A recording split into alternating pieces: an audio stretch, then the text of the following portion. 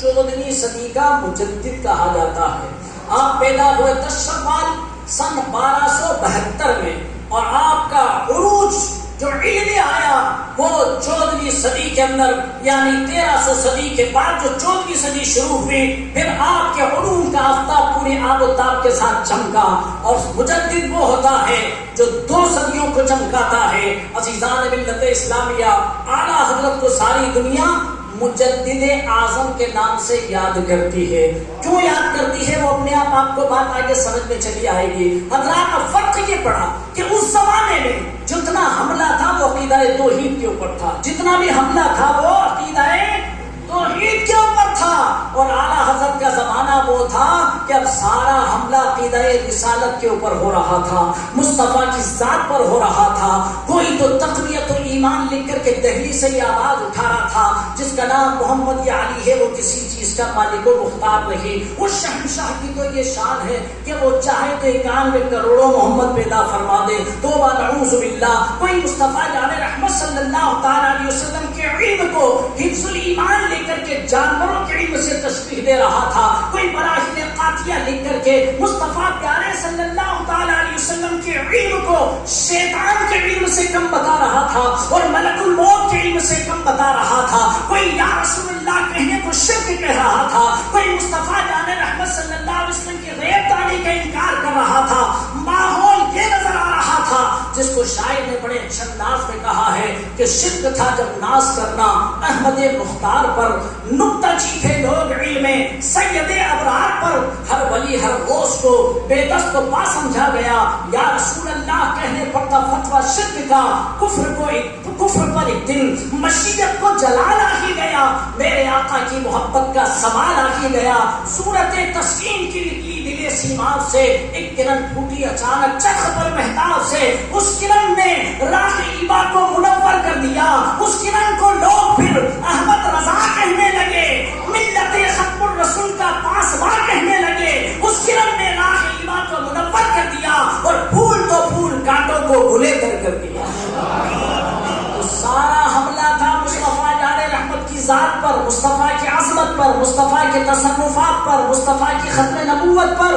تو جب سارا حملہ ذات مصطفیٰ پر تھا، ایسے وقت میں تنہا ایک امام احمد رضا بریلی کی سرزمین کے اوپر سے اٹھے، اللہ اکبر اللہ اکبر، اور آپ نے قلم چلانا شروع کی. ایسی قلم چلائی، ایسی قلم چلائی کہ باطل کے دانت کھٹے کر دیے، اور ایسی دلیلیں آپ نے قائم فرمائی کہ آج تک ان دلیلوں کو کاٹنے کی کسی میں ہمت پیدا نہ ہو سکی.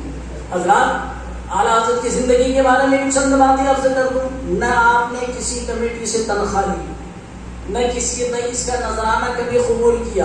جاگیردار تھے، جاگیر وصول کرنے بھی کبھی نہیں گئے. ان کے بھائی حسن رضا جایا کرتے تھے جنہیں استاد زمن کہتے، اور مولانا حسن رضا جاگیر وصول کر کے لاتے تھے، اور جو آمد ہوتی اس سے اعلیٰ حضرت کے گھر کا سارے خرچے کا، کرانے کا سارا سامان کا انتظام کر کے اعلیٰ حضرت کی صندوق میں باقی رقم کو ڈال دیا کرتے تھے.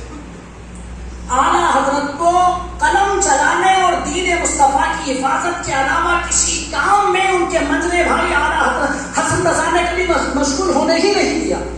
عالم یہ تھا کہ اعلیٰ حضرت کی قلم جب لکھتے لکھتے گھس جاتی تھی، لکڑی کی قلمیں چلا کرتی تھی، تو پہلے ہی سے 2 قلم گھس کر کے بنا کر کے رکھ دیا کرتے تھے اور کسی بھی قلم کو لے جایا کرتے تھے.